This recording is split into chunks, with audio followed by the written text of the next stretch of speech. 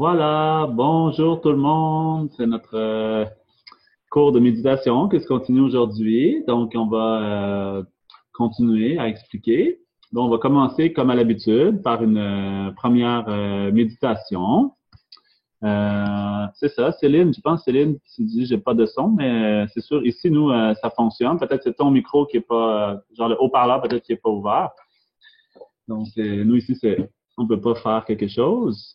Donc, c'est bon, on va continuer.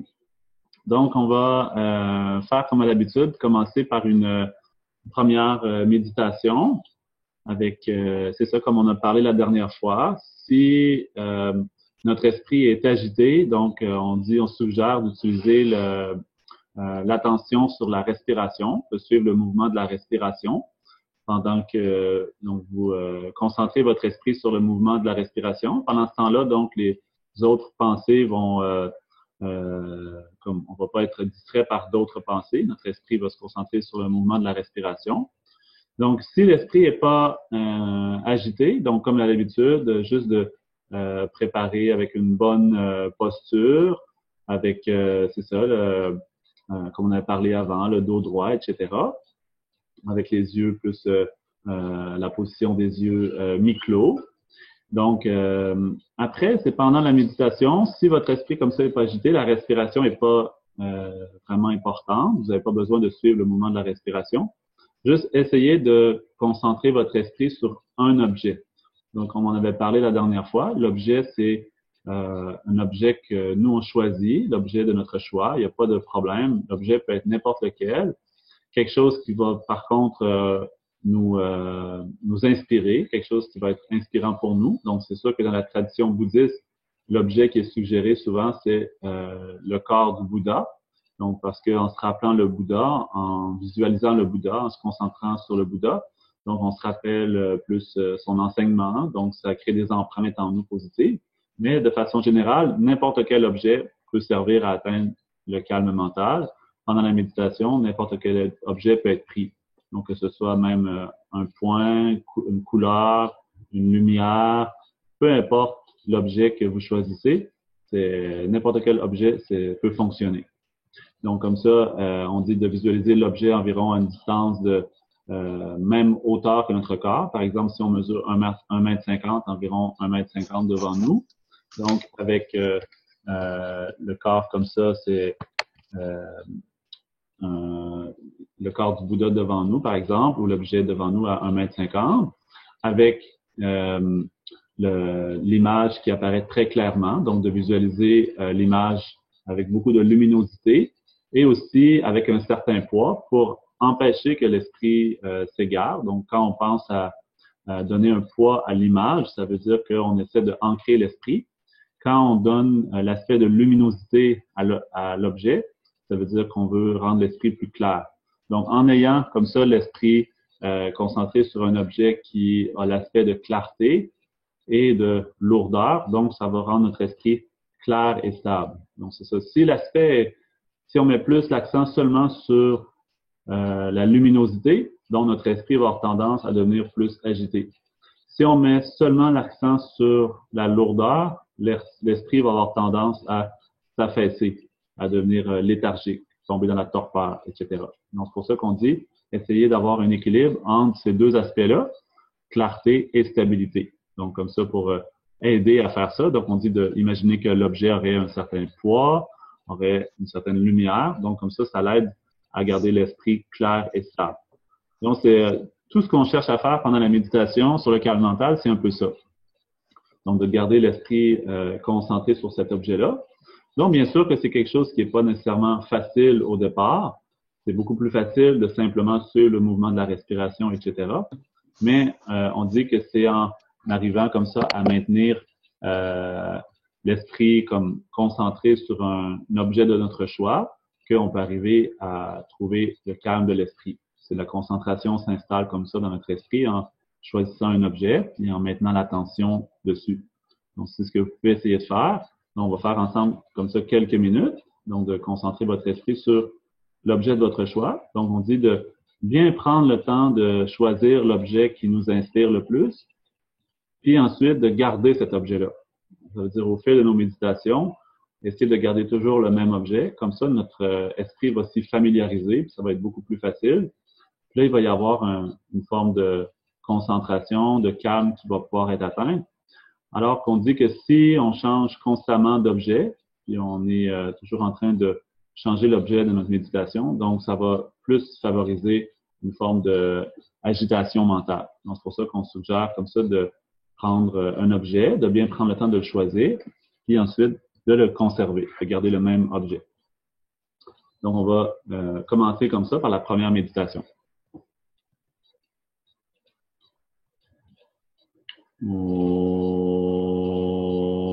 Lo ve yu la ye wa shi she shi yang da dong lai zi xin zhi ba yi shi ni lang gong sun tu zhe wei la miu de yu la ye wa jin ge lo lo ve yu la ye wa shi she shi yang da dong lai zi xin zhi ba yi shi ne lang gong sun tu zhe wei la miu de yu la ye wa jin ye lo lo ge yu la ye wa shi she xin yang da dong lai zi xin zhi ba yi shi ne lang gong sun tu zhe wei la miu de yu la ye wa jin ye lo.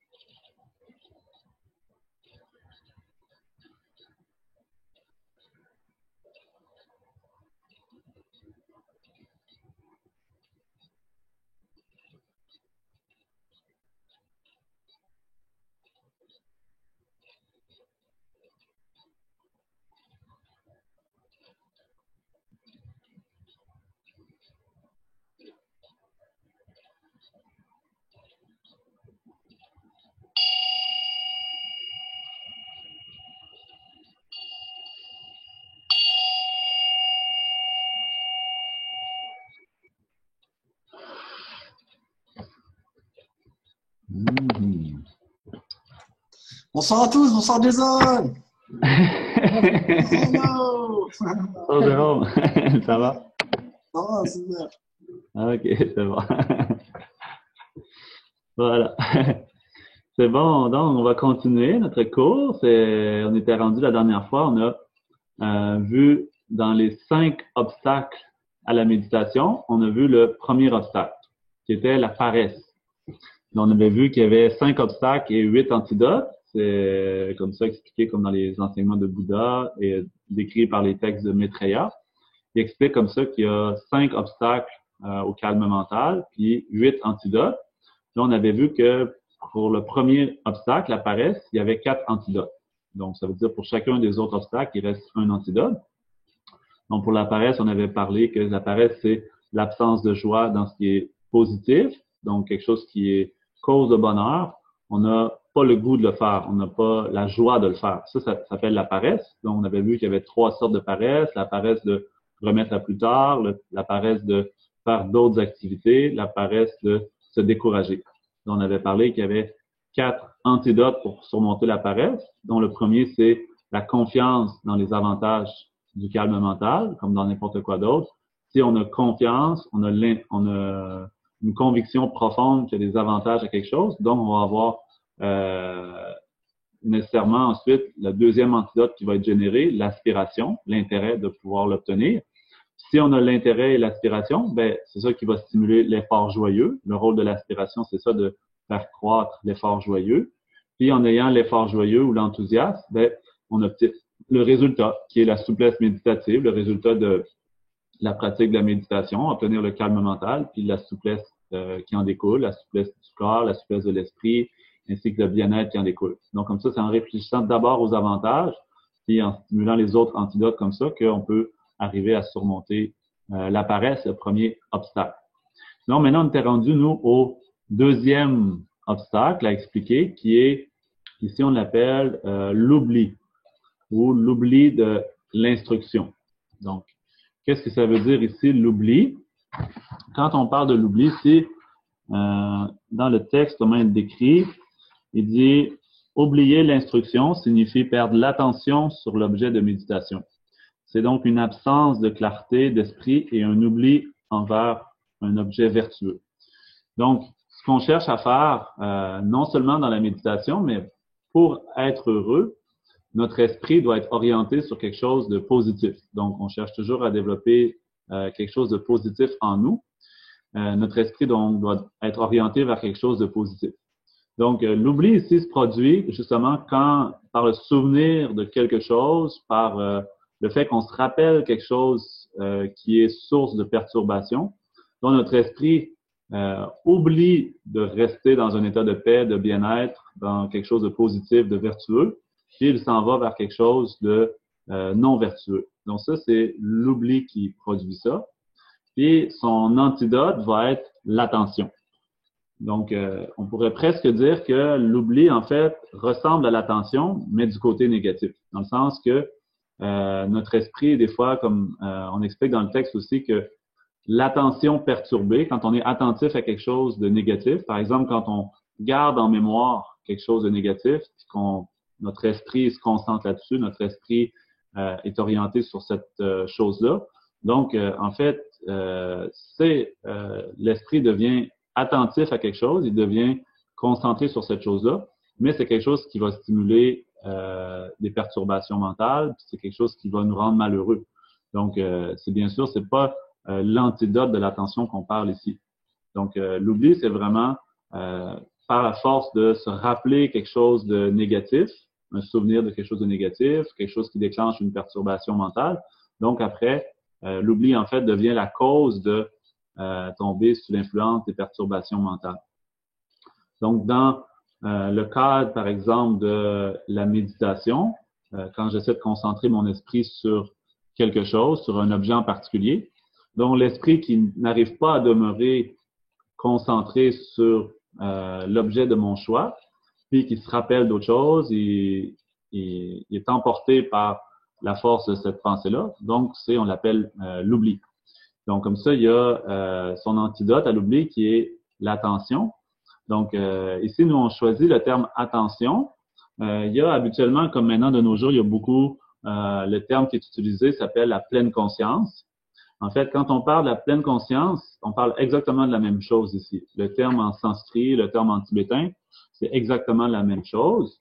Comme en langue tibétaine, on dit Jempa, Jempa. Donc, quand on parle de Jempa, c'est en langue pali, on dit sati. Donc, cette genre de fonction de notre esprit, qu'on appelle la pleine conscience ou l'attention, donc on parle la même chose ici.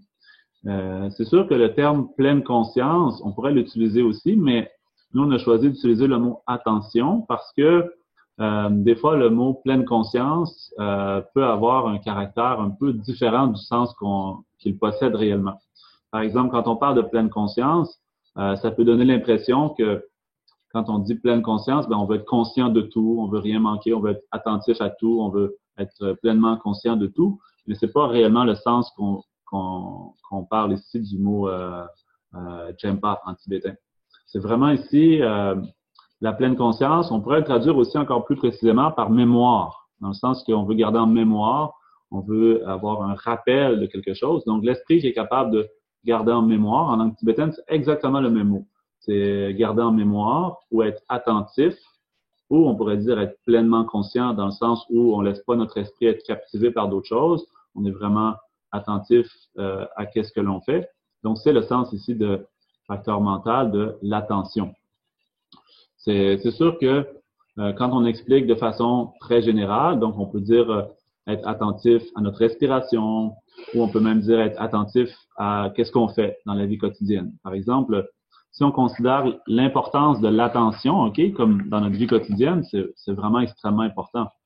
Par exemple, l'attention, c'est un peu comme un état d'esprit qui nous permet de maintenir notre esprit sur ce que l'on choisit. Par exemple, quand il parle du facteur mental de l'attention, il donne 3 caractéristiques dans les textes de psychologie bouddhiste. Il parle, par exemple, que l'attention doit avoir un objet qui est familier à l'esprit. Ça veut dire que on peut pas être attentif à quelque chose, on peut pas garder en mémoire quelque chose si c'est pas quelque chose auquel on est familier. Donc, on dit premièrement, on doit avoir un objet qui est familier. Deuxièmement, on doit être familier, mais il y a besoin aussi que, en fait, l'autre élément de l'attention, c'est que l'attention permet de maintenir l'esprit sur son objet. Donc, ce qu'on dit ici, c'est que l'attention permet à ce que l'aspect de l'objet qu'on visualise apparaisse clairement à l'esprit et qui n'est pas oublié. Donc, l'attention permet de maintenir l'esprit. Puis, la troisième chose qu'on parle de l'attention, c'est sa fonction. En fait, c'est qu'elle permet d'éviter la dispersion de l'esprit. Donc, ce qui veut dire que, comme de nos jours, on entend beaucoup parler de problèmes de déficit de l'attention, hyperactivité, toutes sortes de problèmes comme ça.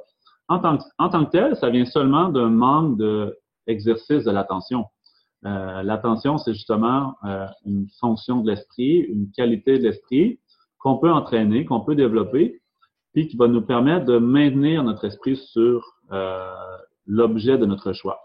Donc, dans un contexte plus large, ok, juste pour parler très facilement, comme ça, de façon conventionnelle, dans notre vie au quotidien, l'attention est extrêmement importante. Par exemple, de maintenir notre esprit sur quelque chose qu'on fait. Par exemple, si on est en train de travailler, ben, l'attention va permettre d'être conscient de ce qu'on fait, de pas laisser notre esprit être parti dans le passé, le futur, ou d'avoir l'esprit égaré pendant qu'on travaille. Donc, souvent, pendant qu'on travaille, si l'esprit est pas attentif, si par exemple je cuisine, pendant que je cuisine, je suis pas attentif.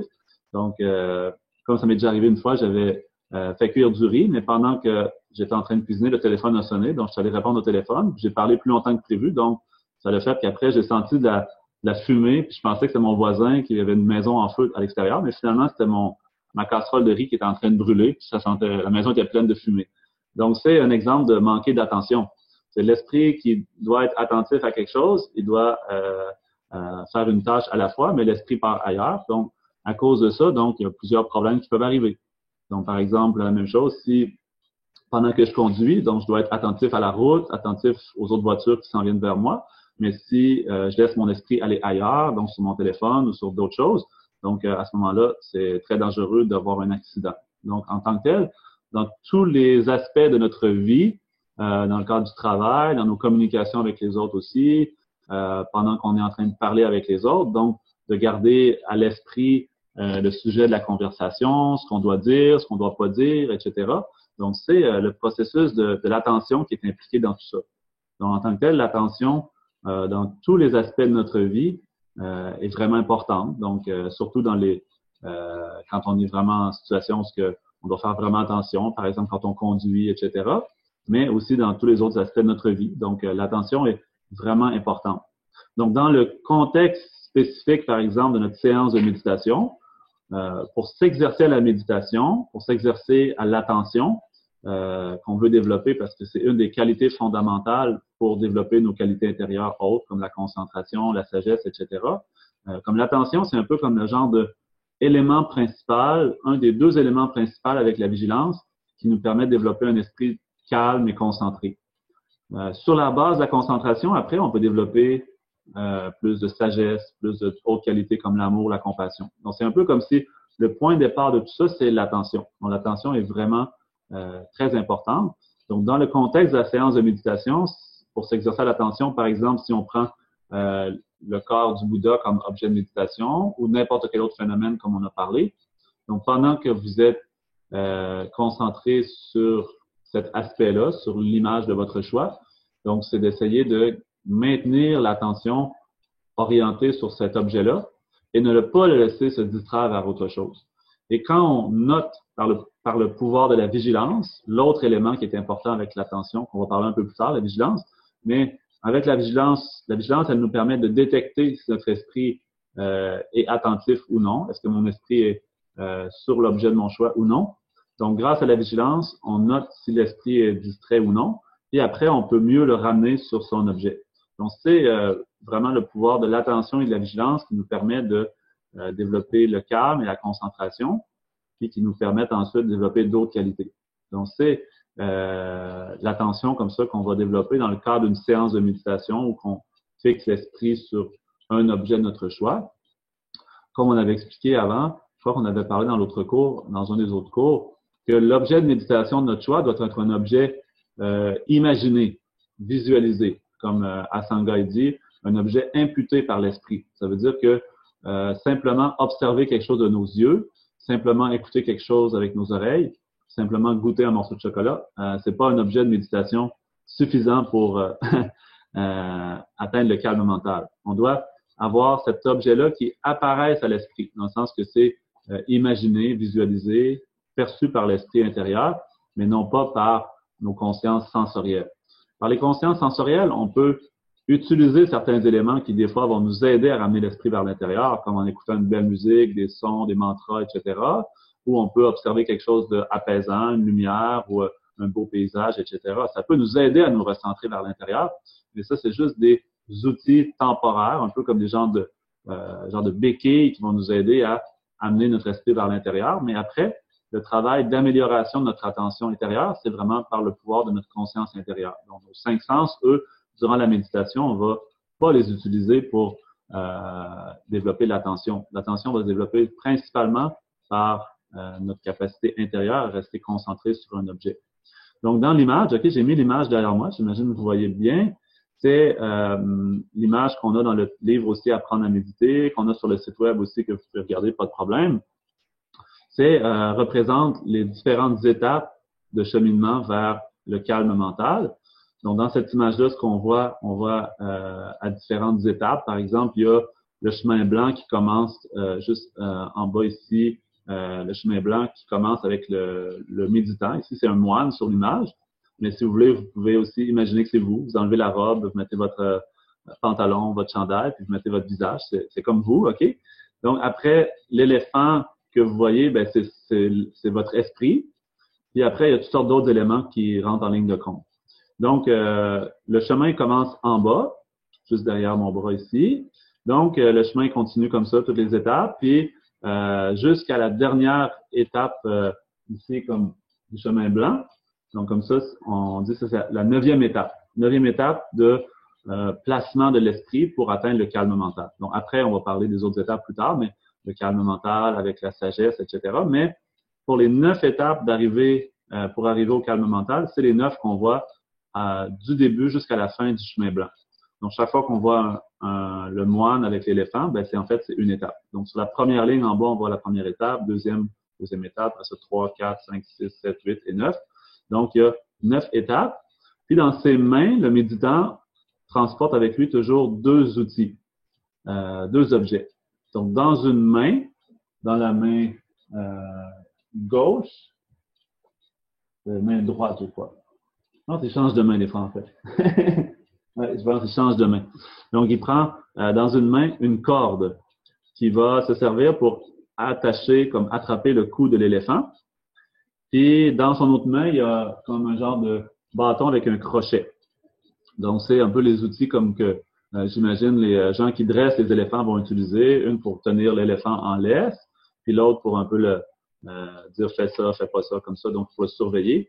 Donc, c'est la corde, elle représente l'attention, puis le crochet, le bâton dans sa main avec le crochet, c'est la vigilance. Donc, c'est les 2 éléments essentiels qui nous aident à trouver le calme intérieur. Puis ce calme intérieur-là, ensuite, nous permet de développer d'autres qualités, comme on disait. Donc, c'est pour ça que l'attention et la vigilance sont vraiment importantes. Puis, premièrement, l'attention est importante. Donc, dans l'image, on peut voir que au début du chemin, le méditant, il est vraiment en train de courir après son esprit. L'esprit, il s'en va devant lui, il est très agité, puis le méditant, lui, court derrière, essaie de l'attraper, mais il n'y arrive pas. Donc, c'est au départ, la méditation est comme ça. Pourquoi? Parce que notre esprit n'a pas d'attention suffisante. Donc, en fait, quand on commence à méditer, beaucoup de gens vont des fois penser que pendant qu'on commence à méditer, on a l'impression que notre esprit est plus agité quand on médite que quand on médite pas. C'est souvent une impression qu'on a. En fait, il n'est pas plus agité. En fait, il l'est de moins en moins. C'est juste que, vu qu'avant, on était pris dans le tourbillon de notre esprit, on était en train de bouger avec lui puis de juste suivre comme un conditionnement ce mouvement-là. Donc, vu qu'on était pris dedans, on ne le voyait pas vraiment. Mais quand on s'arrête pour le regarder, donc c'est là qu'on voit à quel point notre esprit est un peu comme le singe, okay? Comme l'agitation mentale dans l'image est représentée par la couleur du noir sur le singe. Après ça, le singe lui-même, c'est la dispersion de l'esprit. On va en parler plus tard, mais dans le fond, notre esprit est déjà agité. C'est juste que quand on s'arrête pour méditer, là, on voit son conditionnement, on voit comment il est, on voit sa nature.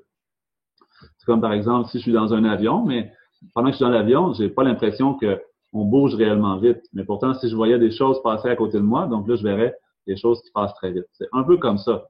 C'est quand je me rappelle l'autre fois, j'étais dans l'avion, mais je me suis endormi pendant que on était juste sur la piste d'atterrissage, puis là, il n'était pas parti encore. Donc maintenant, on a décollé, mais pendant qu'on a décollé, je m'étais déjà endormi. Donc après ça, quand je me suis réveillé, j'ai dit là, tout était comme un peu, il y avait pas je sentais pas de mouvement. J'ai dit peut-être on est parti ou pas parti, j'étais pas sûr. Mais si vraiment on voyait à côté de nous les choses passer très vite, là, on verrait qu'on est en mouvement. Donc, c'est un peu comme ça notre esprit. Quand on est pris dans le mouvement l'esprit, donc on se rend pas compte à quel point il est pris dans les pensées, les émotions, etc. Mais c'est quand on observe comment notre esprit est, donc là, on voit le mouvement des émotions, des pensées, etc. Donc, c'est comme ça que c'est normal au départ que notre esprit nous semble très agité, plus agité qu'auparavant. C'est pas qu'il est plus agité, c'est juste que maintenant, on voit comment il est. Donc, c'est bon, c'est ça, comme l'image avec l'éléphant. Donc, l'attention, c'est la corde dans sa main. Donc, l'attention, à partir de la 3e étape, donc là, il attrape son esprit. Avant ça, l'esprit était vraiment en mouvement, il ne pouvait pas l'attraper, il était pas assez attentif. À partir de la 3e étape, on dit qu'on est capable de le maintenir. Mais à la 3e étape, on va voir plus tard tous les différents noms des étapes, les symboles, etc. Mais la 3e étape s'appelle le replacement. Le replacement veut dire que je suis capable, par la force de mon attention et de ma vigilance, de reconnaître quand mon esprit s'égare et de le ramener. Dans les 2 premières étapes, pas assez, non. Mon esprit, j'essaie de le placer en concentration, mais à cause que j'ai pas assez d'attention, il s'en va ailleurs et je suis pas capable de le ramener. À partir de la 3e étape, je suis capable de le ramener. Et à partir de la 4e étape, donc, je suis capable de le maintenir, donc de sorte qu'il ne s'égare plus. Donc, c'est vraiment, il y a toute une progression ici au niveau de l'attention. Donc, comme ça, on peut s'y exercer, comme on parlait, c'est avec l'objet de notre choix. Donc, c'est essayer aussi dans la vie quotidienne, pendant qu'on fait nos activités quotidiennes, d'être attentif à ce que l'on fait, d'avoir l'esprit comme dans certaines traditions, par exemple, ils parlent de la méditation marcher, la méditation en cuisinant ou quelque chose comme ça. Comme quand même, c'est bon d'essayer de, quand on fait une chose à la fois, donc de maintenir notre attention sur ce que l'on fait présentement. C'est un bon exercice de l'attention. Donc, dans le cadre de, pour nous aider aussi à ramener l'esprit, on utilise la respiration, on concentre l'esprit sur le mouvement du souffle, l'inspiration, l'expiration.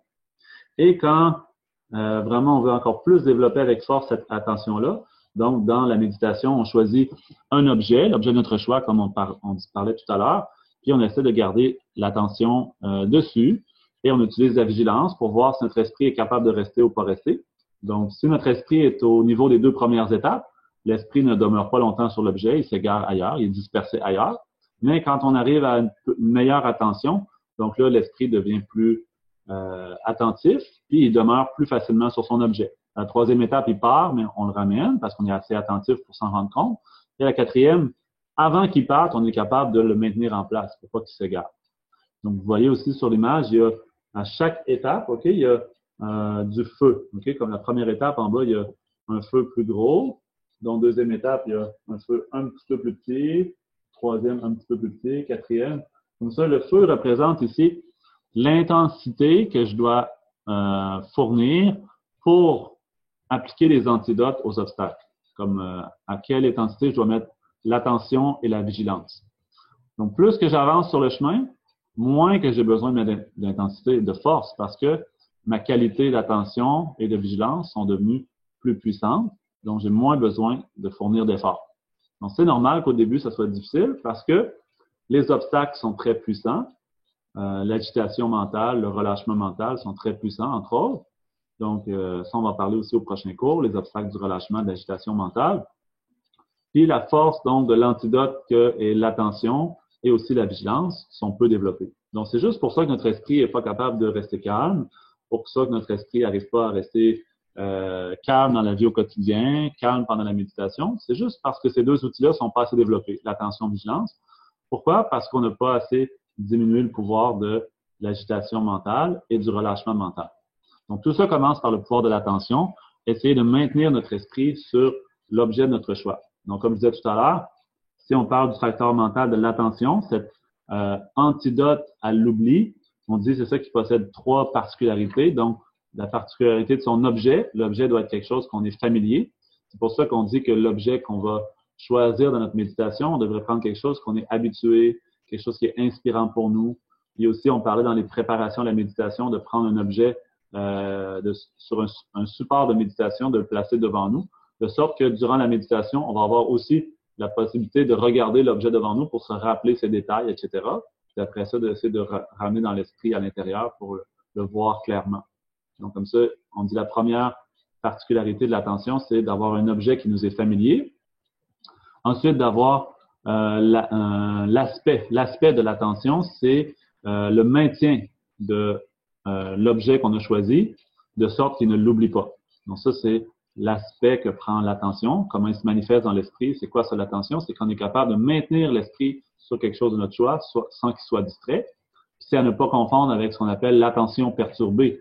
Quand on est pris mentalement par quelque chose qui nous perturbe, puisqu'on est toujours en train de se rappeler ça, bien que ça ressemble à l'attention, mais c'est pas l'attention réelle, c'est l'attention perturbée, donc c'est un facteur mental négatif. Alors que l'attention, c'est un facteur mental positif. C'est pour ça que l'objet doit être un objet qui permet de amener un état d'esprit positif. C'est donc le 2e caractéristique, c'est l'aspect qu'il prend, le maintien de l'objet.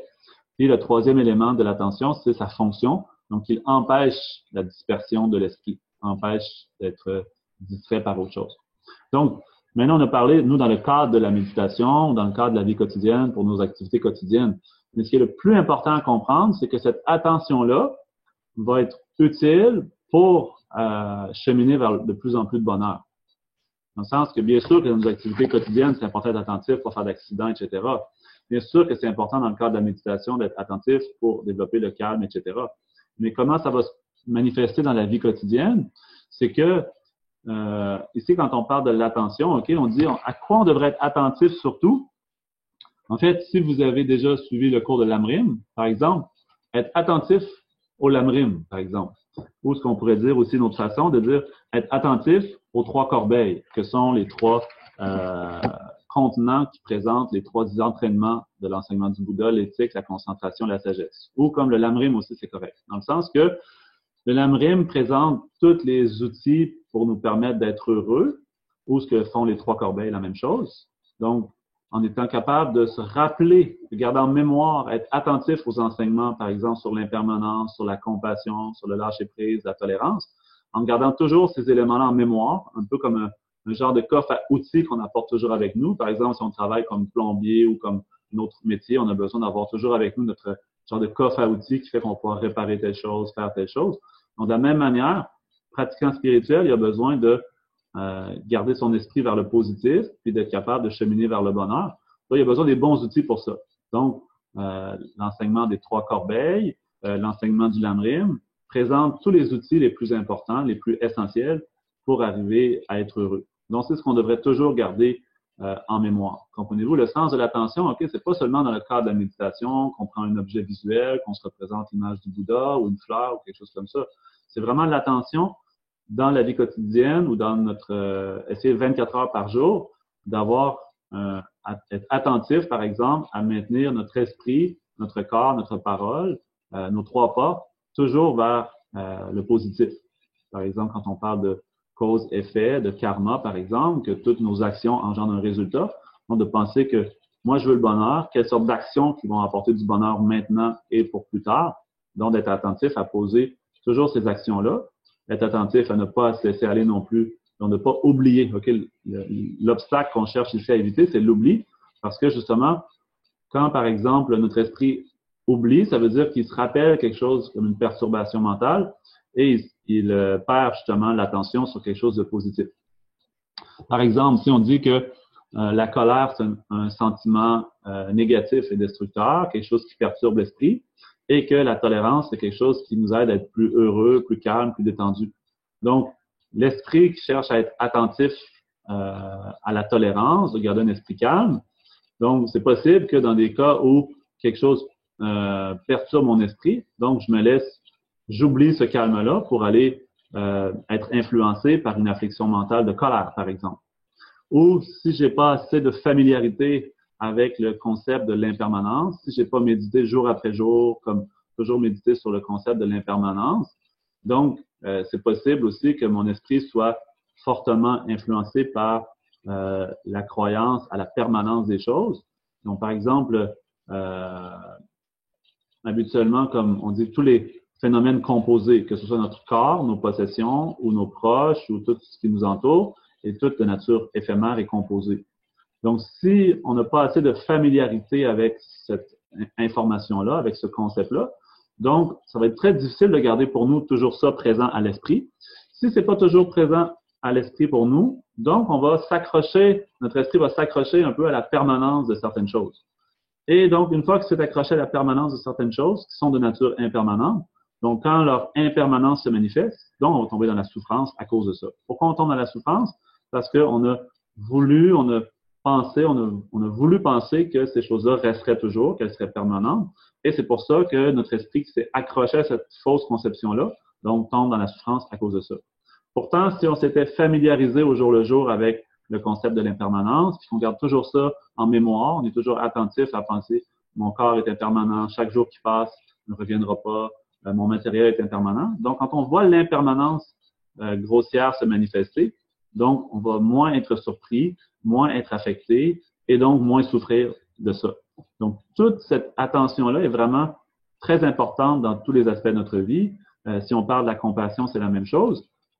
Si je réfléchis beaucoup aux désavantages de l'attitude trop centrée sur nous-mêmes, si je réfléchis beaucoup aux avantages de l'attitude tournée vers autrui, donc je vais toujours garder en mémoire, je vais toujours faire attention à ne pas oublier de toujours comme diminuer l'attitude égocentrique et augmenter l'attitude altruiste. Donc, ce qui va faire que quand quelque chose ou quelqu'un va s'attaquer à ma personne ou à mon ego, me dire quelque chose de blessant.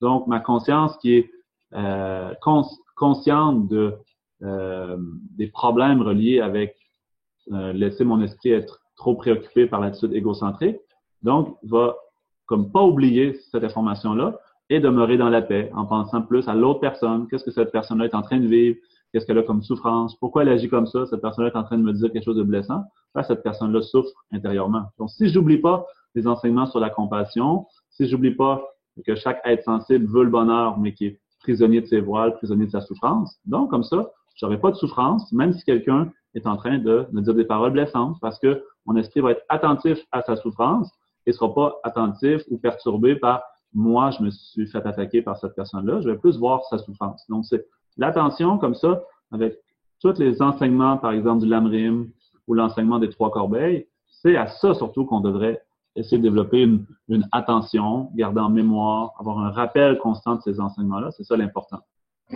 Donc, dans le texte ici, comment c'est présenté, on dit être attentif, qu'est-ce qu'on doit garder en mémoire, à quoi on doit être attentif en tout temps, l'enseignement des trois corbeilles.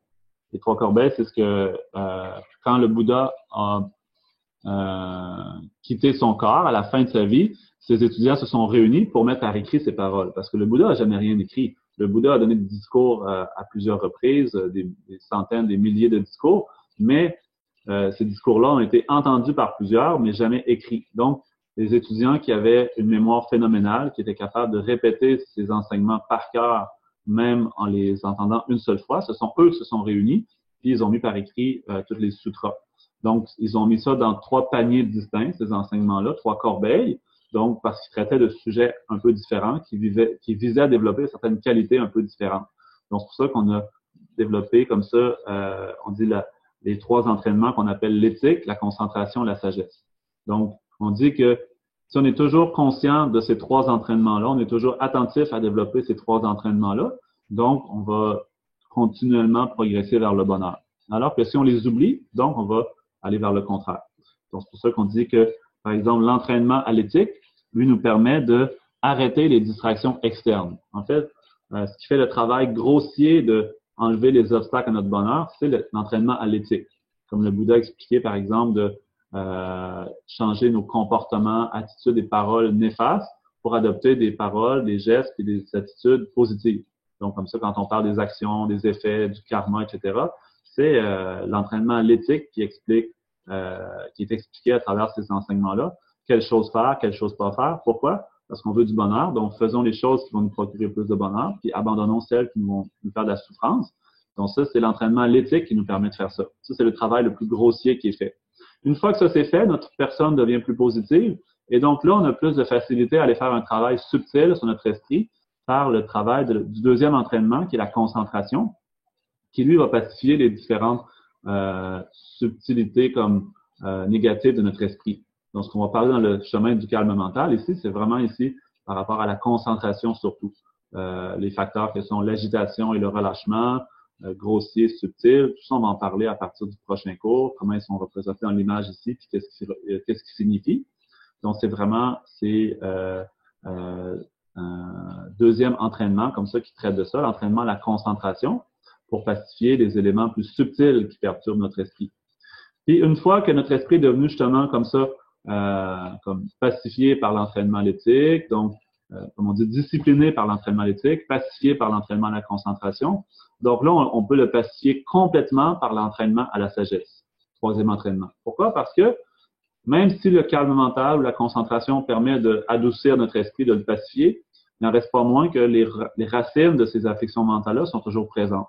Donc, si la concentration diminue, si le calme de l'esprit diminue, donc les racines de nos perturbations mentales vont pouvoir refaire pousser d'autres plantes qui vont encore produire d'autres résultats négatifs. Donc, c'est pour ça que l'entraînement principal dans la philosophie bouddhiste, on dit c'est la sagesse. Comme habituellement, quand on parle de la concentration, on dit son rôle, c'est de développer la sagesse. Donc, pour nous montrer que la concentration procure des grands bienfaits tels qu'un esprit calme, tels que du bien-être, etc., physiquement, mentalement, etc. Mais c'est pas son rôle principal de faire ça. Son rôle principal, c'est de nous permettre de développer la sagesse parce que sans la sagesse, les racines des perturbations restent toujours là. puis toujours le potentiel de la souffrance reste latent. Donc, c'est pour ça que le troisième entraînement, c'est celui de la sagesse, donc d'arriver à comprendre comment les choses existent réellement, quand on parle de la vacuité, du non-soi, etc. C'est l'enseignement principal du Bouddha, qui distingue en fait le Bouddha principalement de d'autres enseignants. Par exemple, dans plusieurs philosophies, plusieurs religions, plusieurs traditions, on va parler de concepts qui se ressemblent généralement, comme quand on parle de compassion, d'amour, etc. C'est les mots, les concepts sont similaires dans plusieurs traditions, mais le concept du non-soi, c'est quelque chose qui est vraiment exclusif à l'enseignement du Bouddha. Donc, comme ça, c'est l'enseignement principal du Bouddha, celui qui est plus important, c'est celui-là. Donc, de garder en mémoire, d'être attentif, garder en mémoire ces enseignements-là, c'est ce qu'on veut dire ici par développer l'attention. Donc, c'est tout ça ce que ça regroupe. Donc, c'est pas seulement pendant l'espace, le court laps de temps de la méditation où on garde l'attention sur un objet, mais c'est plutôt être attentif dans tous les aspects de notre vie. Comme on disait tantôt, pour éviter les accidents, être attentif à ce qu'on fait présentement. Pendant la méditation, s'exercer à l'attention en choisissant un objet.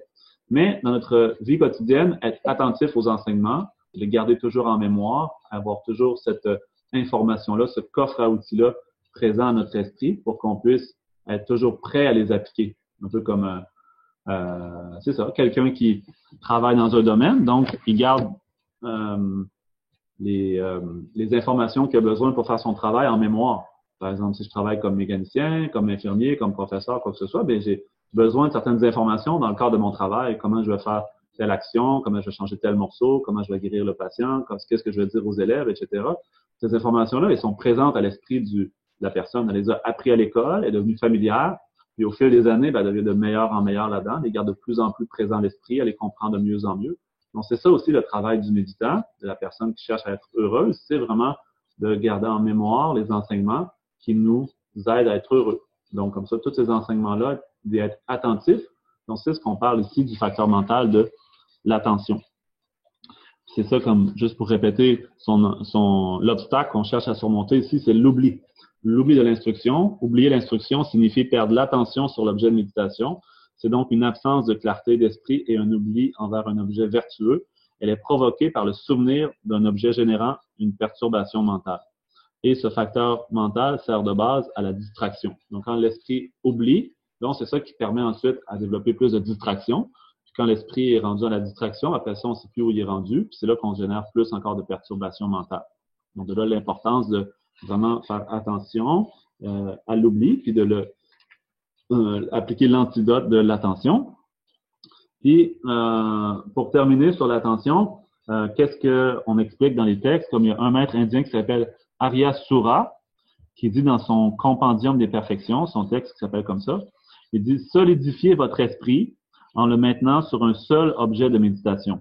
Le laisser aller vers plusieurs objets résultera en un esprit en proie aux perturbations. » Comme on disait tout à l'heure, de le maintenir sur un objet. Aussi, il y a une autre citation qui vient du Bouddha ou d'un autre maître, je ne me souviens pas, mais elle est peut-être à quelque part dans le livre, mais j'ai pas la citation devant moi. Mais il dit « Attachez solidement l'éléphant fou de votre esprit au pilier ferme de l'objet de méditation par la corde solide de l'attention. » Donc, qu'est-ce qu'on fait pour exercer l'attention, pour éviter que notre esprit soit en proie aux perturbations, soit incontrôlé comme un éléphant fou? Donc, je l'attache solidement à un objet de méditation que j'ai bien choisi, auquel je me familiarise, que je garde toujours en mémoire, puis je le concentre là, de sorte que l'esprit s'apaise, l'éléphant fou de l'esprit s'apaise, en le concentrant, en l'attachant au pilier ferme de mon objet de méditation. Donc, c'est pour ça que de garder aussi, par exemple, l'image du Bouddha peut être très bénéfique, par exemple, en se rappelant que le Bouddha a atteint l'éveil, que nous aussi, on a la même nature de Bouddha en nous. Donc, de toujours se rappeler le Bouddha va être quelque chose qui va aussi comme apaiser notre esprit, nous faire du bien. Donc, comme ça, il y a un objet comme ça qu'on peut choisir puis garder en mémoire continuellement. Donc, c'est bon. OK, c'est bon. OK, on va faire une petite méditation encore.